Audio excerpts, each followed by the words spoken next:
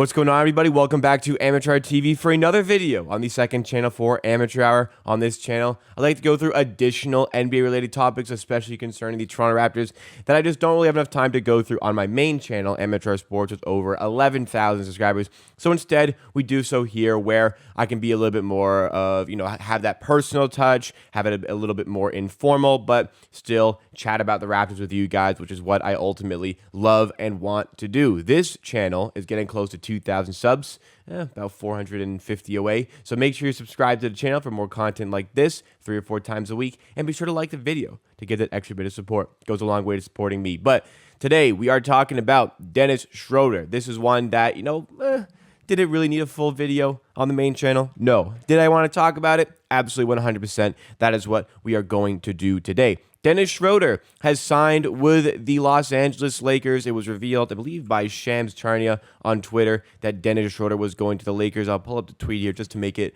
that little bit more official. But this is after a season where he spent half the year roughly with the Boston Celtics, and then he spent the other half of the year with the Houston Rockets. And this is, of course, after Dennis Schroder famously turned down the opportunity to sign. It pains me to even say it. It's not even me.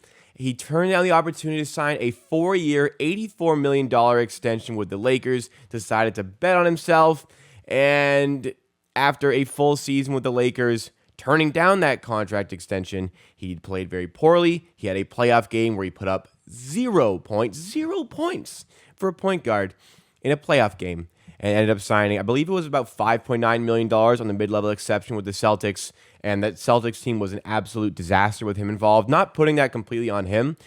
He didn't help that. They were a disaster. Once he got traded, the Celtics in general just completely turned it around, but he was there for the bad parts, and he left when they started to succeed again. He went to the Houston Rockets where, they were tanking. There were some injuries, but he really did not make an impact there. But signs for the Lakers, goes back to the Lakers. It does seem to me like, it doesn't seem to me. It's very obvious that LeBron James wanted Dennis Schroder back, and LeBron is pretty celebratory over this. I don't really know why. I don't know. I think LeBron is just like that kind of guy where he just wants to gas up his teammates in hopes to just get a little bit more out of them because he recognizes that this Lakers team is really bad. But Dennis Schroder signed to the Lakers for $2.64 million. $2.64 million. This guy turned down an $84 million extension. $21 million a year for Dennis Schroder. Oh my God. Who did he think he was? That was already an overpay. Was Dennis Schroder really expecting, because you don't turn down $84 million over, a few million here and there. So he wanted minimum 90 for 4 years. I don't know who this guy thought he was. I genuinely don't know who this guy thought he was, but that is one of the biggest mistakes of all time.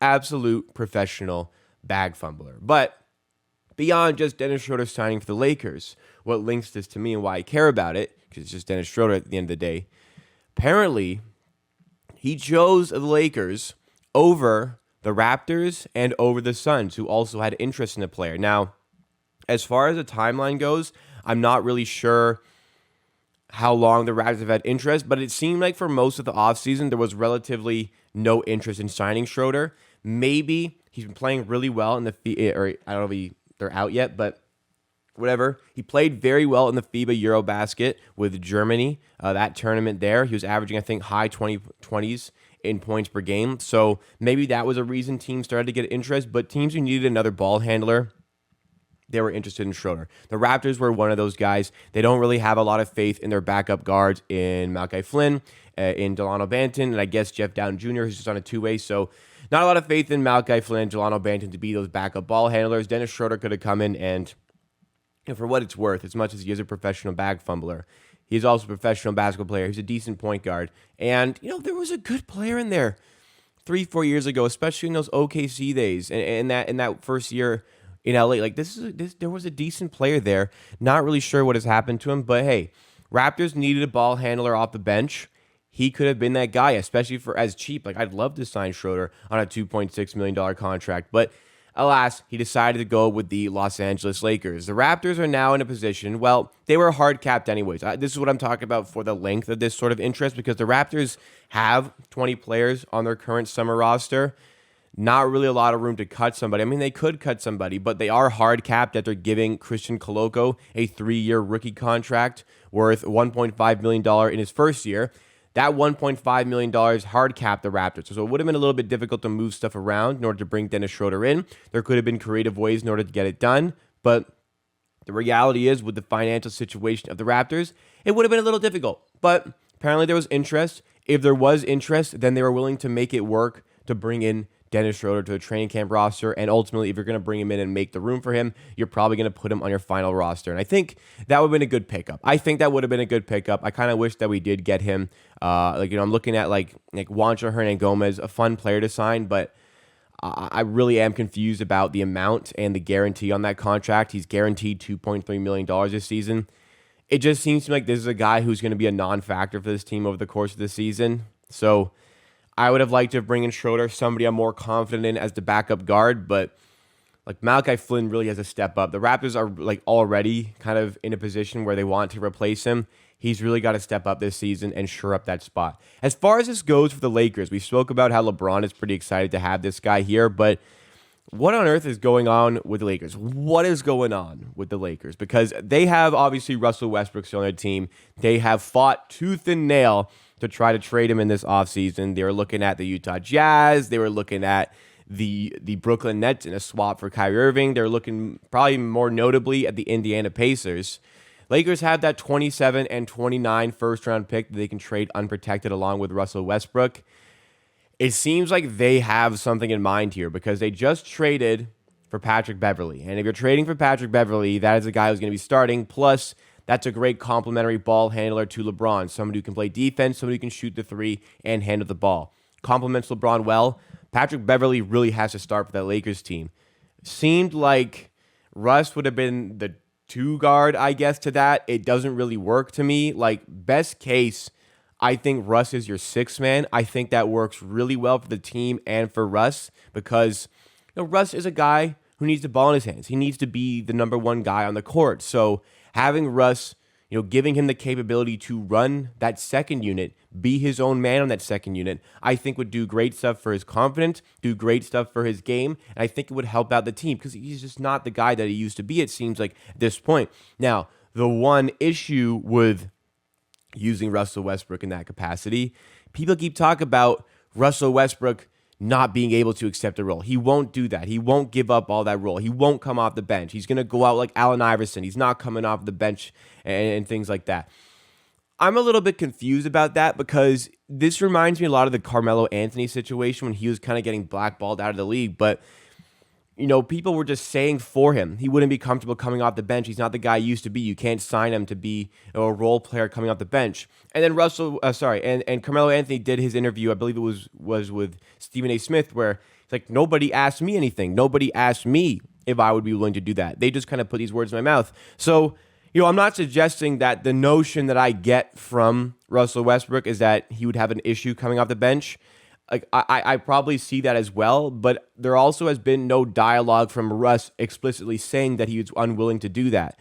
So why not try it out? I get that if it kind of bursts up in flames, that could be detrimental to your season to have that within your team going on while you're actively trying to win games. But, I'm sure the new Lakers coach, Darwin Ham, I believe his name is, I'm sure they're having conversations with Russ about this, but it just seems to me like signing Dennis Schroeder, signing Patrick Beverley, there is an unwillingness to use Russell Westbrook this season. In fact, at this point, I'd probably say that with these two guys coming in, Russell Westbrook's time in LA is probably over. The fact that they've gone out of their way to bring in 2 point guards now, I think Russell Westbrook is on the way elsewhere. Where that's going to be, the one that makes sense the most, flip him to Indiana. Like, you've got LeBron here, you've got AD here. Go and get a team around them. Trade Russ to the Indiana Pacers, along with the 27 and 29 pick unprotected.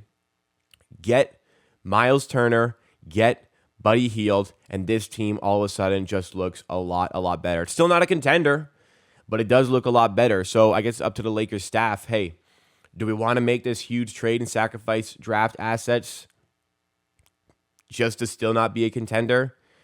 That's one side of it. The other side of it, you got LeBron James. You got him locked in on a contract. Do you owe it to him to put the best team possible around him?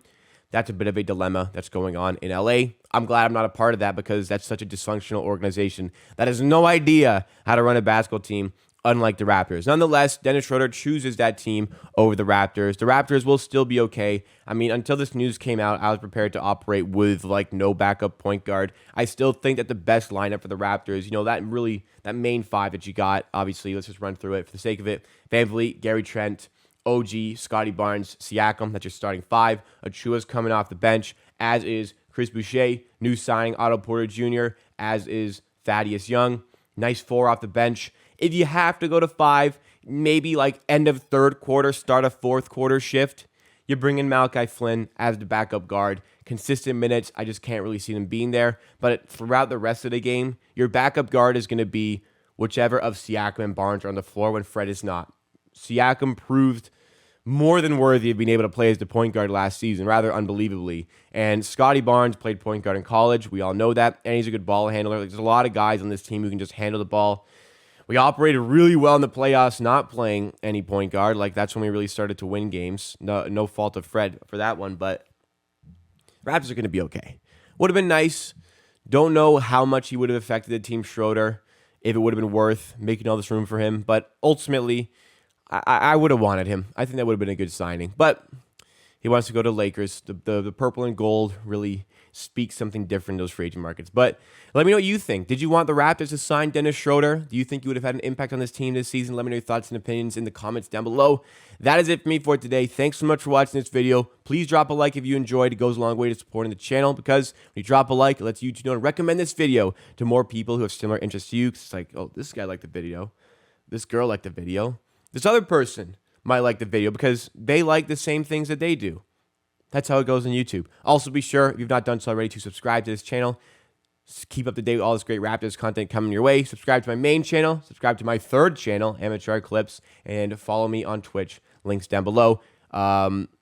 Big thing coming for the season. We're going to bring our watch parties back to YouTube for Raptors games. That will be on the main channel, Amateur Sports. So if you like watching me watch Raptors games, a lot of you do, it'll be on the main channel, Amateur Sports. Hope to see you there. We'll probably be live for the first preseason game on October 2nd. See you again next time for another video on Amateur TV.